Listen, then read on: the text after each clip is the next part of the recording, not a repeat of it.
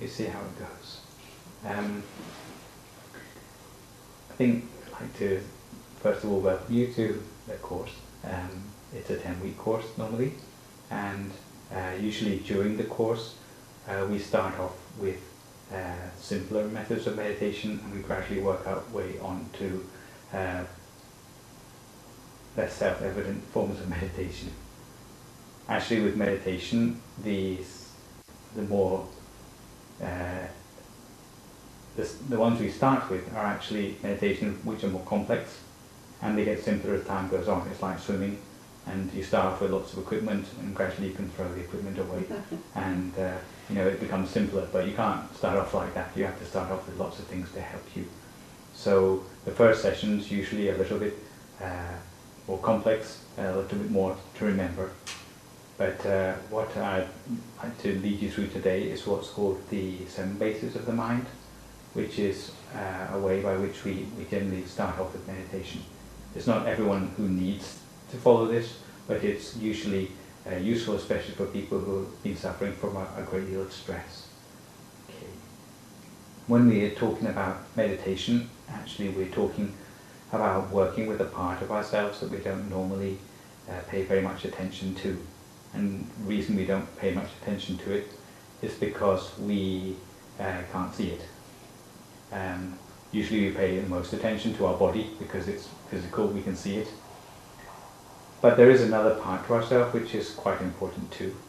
And you might say, well, it's a more ethereal part of us.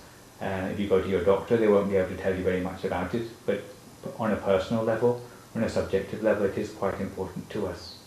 And you might call it the way you feel, or the sense of awareness which you have. If you're in a more religious context, you might call it your spirit or your soul. It's the part of you which, if you go in a coma, it sort of disappears. So it's quite important. And the state that's in affects how we feel about life quite a lot as well. So it's that part of us which we're dealing with meditation.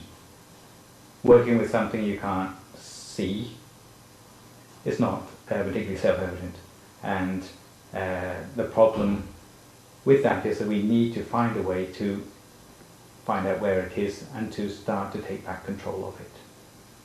What tends to happen with the mind if we aren't used to working with it is that it tends to go off onto other things which distract us.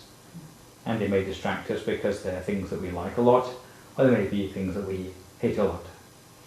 For example, if you were in a shopping mall, you're walking down a shopping mall and you see a lot of interesting things in the shop windows, then your mind gets sort of glued onto those things. And even though you might have left the shopping mall and gone home, it's like your mind still has its pincers in all those little things in the shop windows. Almost like the cheese in a pizza, it sort of stretches itself out and it's pulled away from you. So in an ideal world, you would be able to bring your mind back from that sort of thing. It also happens with things that we hate. Normally, if you hate something enough, you wouldn't want to think about it. But the trouble is we can't help thinking about it. And that's another source of a lot of negative emotions which tend to come back to us. One of the first rule of thumb of the mind is that the further our mind goes away from us, and the longer it's away from us, the less control we have over it. So the whole idea of the meditation thing is to bring our mind back within the space of our body, where we have full control over it. And ideally speaking, the mind will be brought to a place which is in the dead center of our body, in a place which is actually the geometric center of our body. It's the place which, if you're a tightrope walker, you would need to have that point over the rope at any time in order not to fall off it. So it's our center of gravity in effect. And what we're aiming for in meditation is to get our attention to come to that point. But as I said, it's not easy when you can't see what you're working with. If we're able to solve this problem, then we'll be able to overcome the problem of distractions. We'll be able to overcome problems of things like reading in a room with the television on in the background and our mind constantly going to the television. We'll be able to focus where we wanted to if we were able to do this. So we need to find a way to focus our mind on at least on the one thing instead of on many things. And there are many different sorts of meditation which allow you to do that. In Buddhism alone there are at least 40 different ways of meditating. The only difference between them is that there are different things which you choose to focus on. So, for example, you might focus on your breath. If you bind your mind to your breath, then as your breath is going in and out, then your mind would also be following the breath in and out. It would be somewhere within your body, but usually between your nose and your lungs. Another way would be to focus on a part of your body. Some people focus on their nostril as the breath goes in and out and the feeling there of the breath passing by. Some focus on their stomach as it rises and falls as you breathe. Again, it's somewhere in the area of your body. If you've seen the advertisements for things like margarine with the slim ladies on the beach doing this and going Om, then Om is also, if you go to where the sound is coming from, then it brings you back to your center as well. That's what underlies that technique. But what we normally do with beginners is to work with something more visual. And the nice thing about a visual object is that it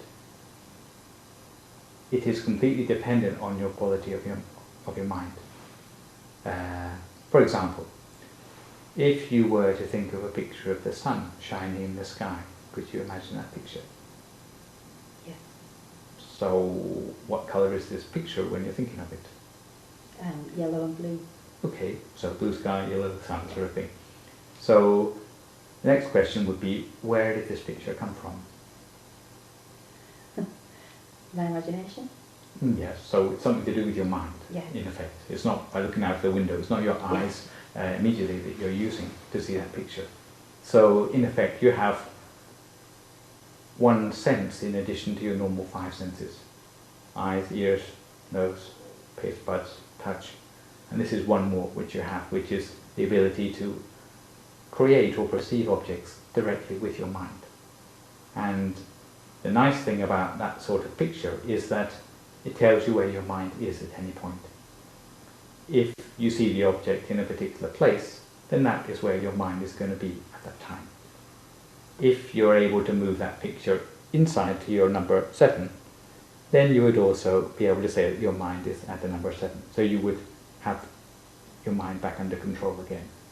So the picture in itself is not important, but it is like a handle which we have on the mind to get it to stay in the place where we want it to be. So a lot of the meditations which are on this course would be about how do we get the mind or that picture to come back to the center. And there are different ways of doing that. In fact, there may be as many as 5 different ways of bringing our mind to the center. The problem, though, for those who are new, is that we're not used to focusing inwardly. We're not used to not using our eyes to focus on things. Generally speaking, we're always out there, looking at a screen, looking at the road in front of us, looking at a book. So moving from there back to the inside, it doesn't come naturally to many people. It takes a little bit of getting used to in the beginning. And this is why when we start off with meditation, often we do a little exercise where we start by focusing here, and then we reduce the size of that object until it's quite small. So if you had your sun of a certain size to begin with, you reduce it down in size until it's just about 2 or 3 millimeters in diameter and floating in front of your nose. Actually, it's at this point number 1 in the diagram. And there's a small difference between ladies and gentlemen. For ladies it would be in front of the left nostril, for gentlemen it would be in front of the right nostril. If you want, you can ask me why. Yeah, why is that? It's something to do with the old Indian or yogic tradition of vital force or prana, which is said to be stronger on the left side for ladies and stronger on the right side for gentlemen. If you follow down the pathway of the prana or the vital force, your mind becomes calmer more quickly, apparently. Okay. This only applies to the first 2 points. Okay. From then on, it's the same. There's no more sexual discrimination anymore after point number 3. Okay. So you make it small in size, and then you bring it up inside your nose to the number 2. So that would be at the corner of your eye, just next to a place where the tear ducts are, but inside your nose. From there you move it directly back inside your head to the number 3 in the center of the head. And from that point on, you certainly can't use your eyes to help you anymore. So you're really using your mind, pure and simple, moving the object back. Then down to your palate, which is point number 4 in the diagram. Then down to just above your Adam's apple in the center of your throat, point number 5. And then all the way down to the center of your stomach, point number 6. If you were to take a section through yourself at your navel's height, it would be at the center rather than being on the surface of your stomach. Okay. And then you're moving up from there 2 finger breadths to the point number 7. If you're able to do that, then you sort of slow your mind down. You take back a lot of control over the mind. And it helps you to get used to focusing in a different way, not using your eyes and focusing inwardly. You may find that your mind wanders off halfway along this pathway, in which case you just come back to the point where you last saw your mind. You don't need to start all over again. If you're able to do this, you are able to overcome the problem of your mind being distracted. But there's also a second problem which comes up quite often with people who are new to meditation, and that's the problem of thoughts coming up. I don't know if you're the sort of person who has problems sometimes sleeping. It's usually thoughts that keep you awake. The fact that you can't stop thinking, you say, well, that's enough of thinking now, I'm going to shut down and go to sleep. It doesn't stop so easily. And that's a different problem from the problem of distraction. Distraction is being located, your mind is being located in another place, but the thoughts coming up, this is completely different. It's a more verbal problem. And the way we get around this is to add a second element to our meditation, which is called a mantra. A mantra may sound very mystical, but in fact it's nothing more than a word which is used to block out the other thoughts. If you have some sort of word going through your mind over and over again, you can't at the same time be thinking about whatever else is trying to get into your mind. In effect, you could use any word you liked. You could even make up your own mantra. But traditionally speaking, in our tradition, we tend to use a word which has a positive meaning from the Indian tradition, which the meditation came from.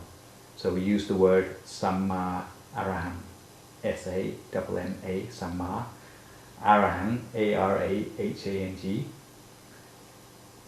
Samma meaning right or a proper way of doing something. Arahang meaning a high or a pure state of mind. So it's a little sort of ambition which we say to ourselves, Samma Arahang. And we say this to ourselves each time we move to a new point. So if we move to point number 1, we make the object, the sun, as bright as we can, as clear as we can, and then we imagine that we hear the sound of the mantra 3 times. Not out loud, just as if we hear it coming from the inside. Yeah? Then we move it on to the next point, again, making it as bright as we can, as clear as we can, moving it on to, and saying the mantra to ourselves. And this continues all the way down to the point number 7, at which point we don't move the mind anywhere else anymore, but we just continue with the sound of the mantra as if we hear it coming from that same point. So in effect we have one point, but we're doing 2 things at it, imagining an object and at the same time following this mantra. Okay, so far so good? Yeah. As for the meditation posture, as you can see on the diagram, the ideal thing is to be able to sit cross-legged on the floor. There is the chance to do that because there's a mix of meditation mats and chairs in the meditation hall. So if you were to sit like that, you'd sit with your right foot up on top of your left leg. Okay, and your hands would just rest in your lap, with the index finger of your right hand against the thumb of your left hand. And the inside of your hand will be up against the front of your stomach. And that gives you quite an upright posture. If you're sitting on a chair, then you just sit with your back fairly straight, rather than being sort of slouched into the chair or sort of preparing to nod off. So you sit with your back fairly straight. But the nice thing about sitting on a meditation mat in the long term is that you can't fall off the floor, but you can fall off a chair if you were to become particularly sleepy at any time. So I propose that we actually try this meditation just for 20 minutes, and then I'll let you join with the rest of the class. Okay. Okay? Yeah. So is that fine? So if you'd like to start by closing your eyes very gently. Closing your eyes in much the same way that you might close your eyes to go to sleep. Find a comfortable position for your body with your back fairly straight. Your hands resting in your lap. The index finger of your right hand touching against the thumb of your left hand.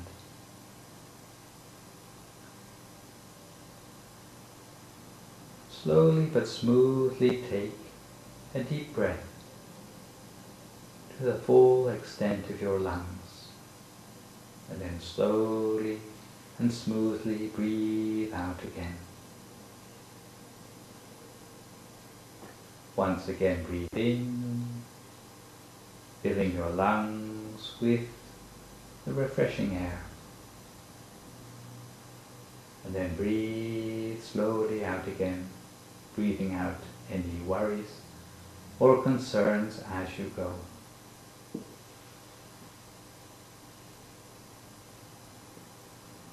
Each time we sit for meditation, we take a few moments just to make sure that all the muscles in our body are completely relaxed. Because although meditation is mostly about the mind, if our body isn't so relaxed, then it's hard for our mind to relax either. So we start by releasing any tension which may remain in any of the muscles of our body, starting with the muscles of our forehead, our eyebrows and eyelids, releasing any tension there.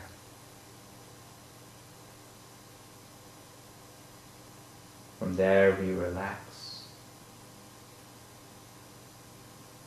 the muscles around our eyes, again making sure our eyes are not too tightly closed.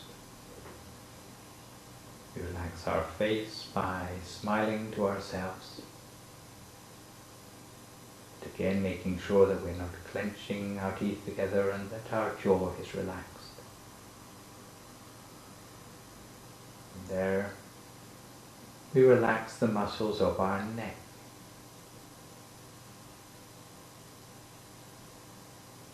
We allow our shoulders to drop to their natural height.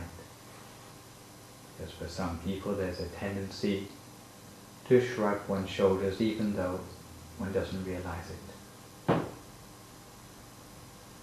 Then we relax the muscles of our arms, our forearms, our hands and our fingers. So there's no more tension remaining there. Relax the muscles of our chest, our trunk and abdomen.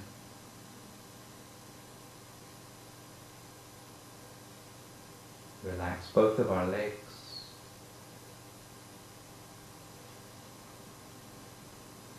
All the way down to the soles of our feet.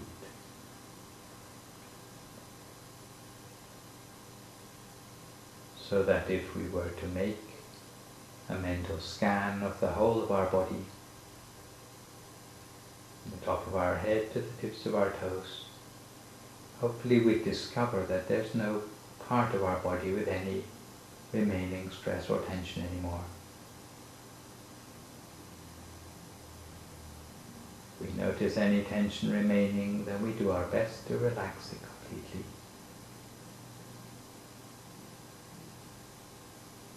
So that our body feels light in weight or almost invisible,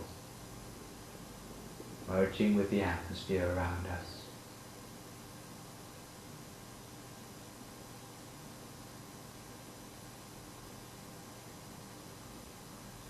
we turn our attention instead to the feeling inside the body.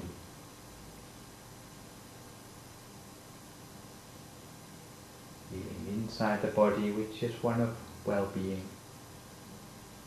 spaciousness and freedom. In effect, it's our state of mind. And we relax this further by putting aside all the normal things that we tend to worry about in our lives. Things of the future or things of the past.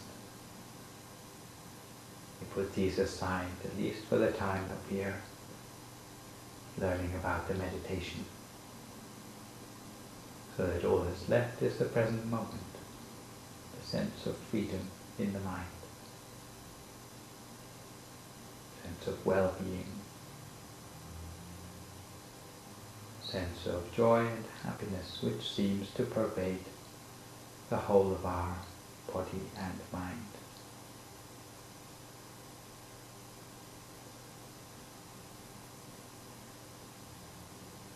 When we feel relaxed both in body and in mind, we remember that picture which we thought about a few moments ago. Instead of the sun being in the sky, now it appears shining just in front of our face. Don't worry too much if the picture is not entirely clear. Just accept it anyway.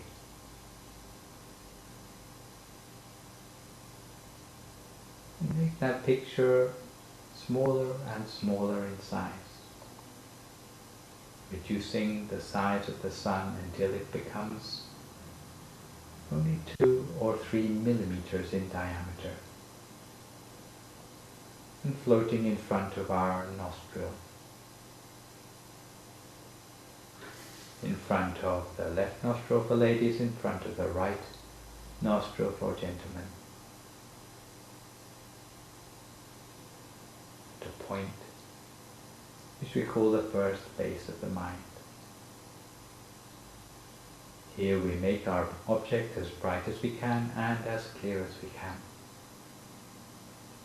while at the same time silently repeating to ourselves the sound of the mantra, with the words Samma Araham, Samma Araham, Samma Araham 3 times. And now we move the bright object slowly upwards inside our nose, upwards until it comes to a point inside our nose just next to the corner of our eye. Point which we call the second base of the mind, on the left side for ladies, on the right side for gentlemen. Here once again the object stops still. We make the object as bright as we can and as clear as we can, while at the same time we repeat silently to ourselves the sound of the mantra with the words Samma Araham, Samma Araham, Samma Araham 3 times. And then from that point we now move the bright object slowly backwards inside our head, on eye level, horizontally backwards until it comes to the point right in the middle of our skull. Point which we call the third base of the mind. And this point and all the subsequent ones will be the same both for ladies and for gentlemen.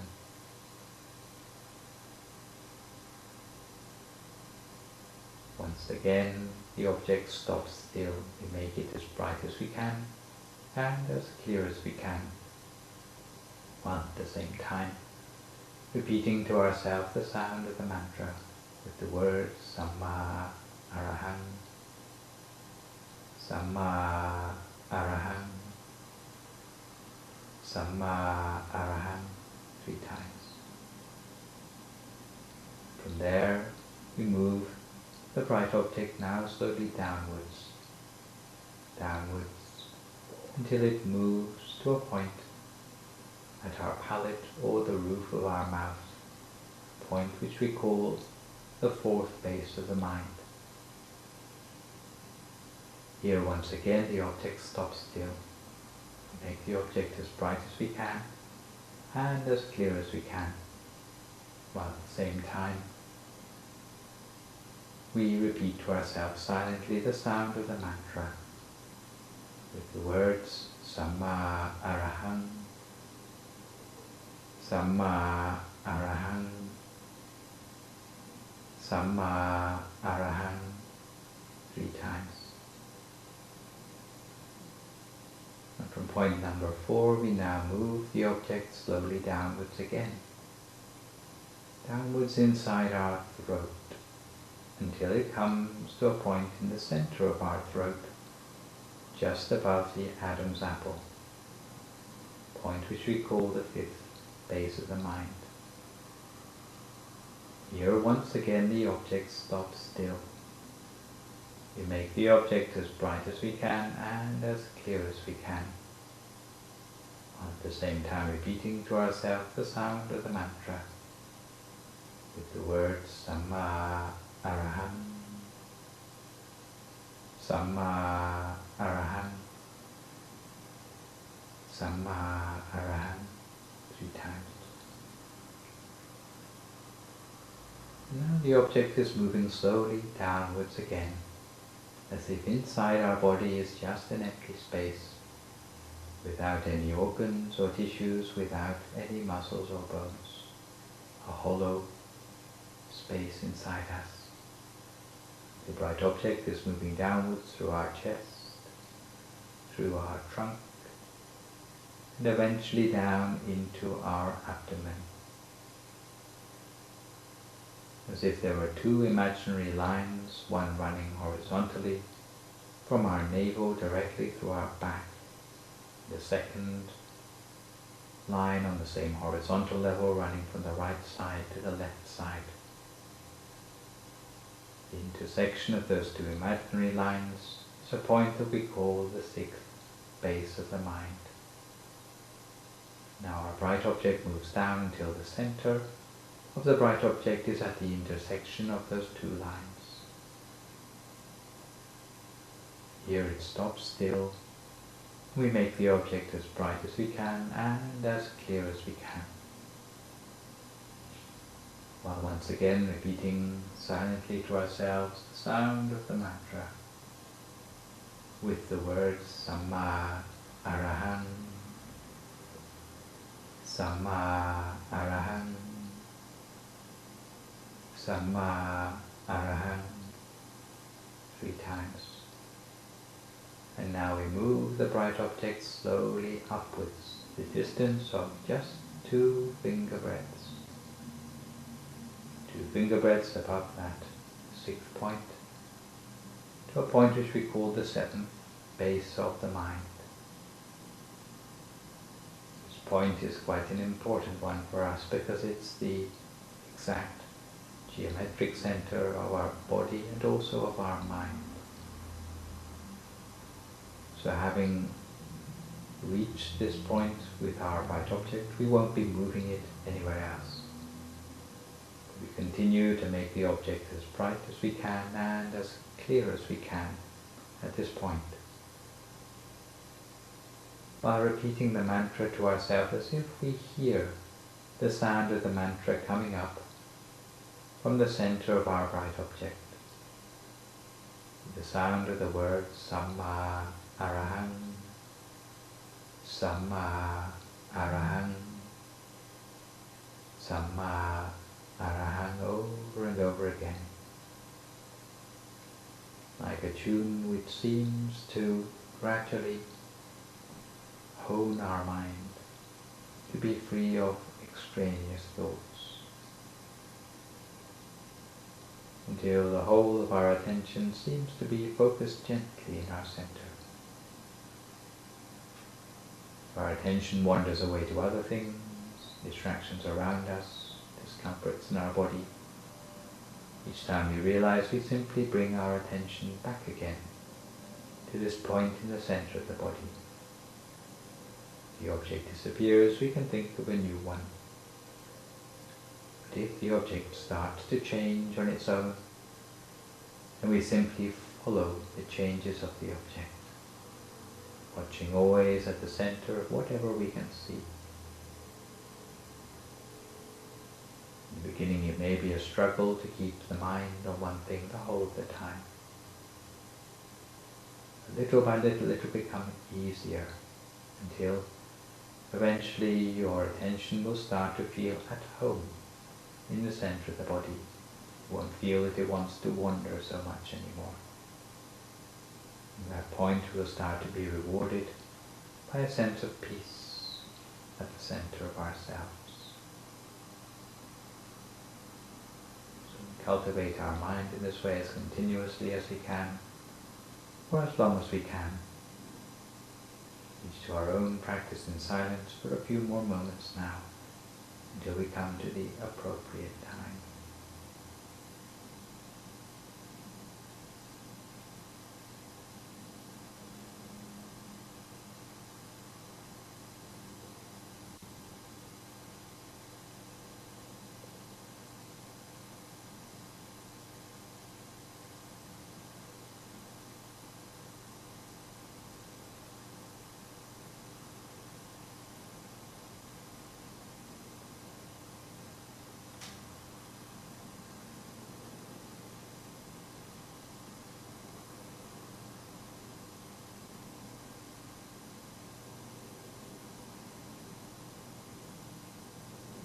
Buddhanupavena, Sappathammanupavena, Sappasankhanupavena, Sattasoti, Bhagavantute.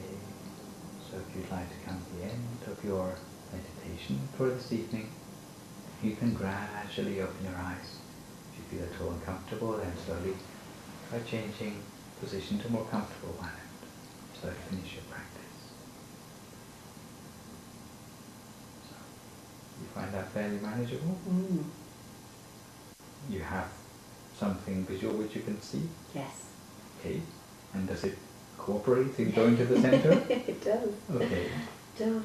So once you have the familiarity with that center point, actually you may find the next time you meditate it's not actually necessary to go through all those points again. You may find that what they're teaching in the main class is that once you relax your body, relax your mind, you just place your mind at your center and start from there. But if there's ever a time when you are particularly sort of caught up in worries or anxieties, or you can't seem to get your mind to settle down, you may need to go back to going through those 7 points again. But generally speaking, once you know that, you don't need to go back to it again. But it's something to have up your sleeve, just in case you have particularly trying times which you have to deal with. So that's pretty much it. The only other things which normally I should mention is that in the class there are 2 things which people find a bit odd sometimes at the beginning. First is a white cloth, which generally ladies wear across their knees. Is it just a thing about modesty? Because normally it's a monk teaching. I guess if it was a nun teaching, then all the men would have to wear a cloth in the same way. The other thing is that, generally speaking, beginning of the session and the end of the session, they have the opportunity to bow to the founder of the tradition. So anyone who feels a problem with that doesn't need to, but it's the opportunity to do that, because respect is seen as a sort of basis of maximizing one's learning in these sort of spiritual traditions. Okay. Okay, so that's pretty much all that you need to know. And I guess that if you like, you can join the other stuff. Mm-hmm.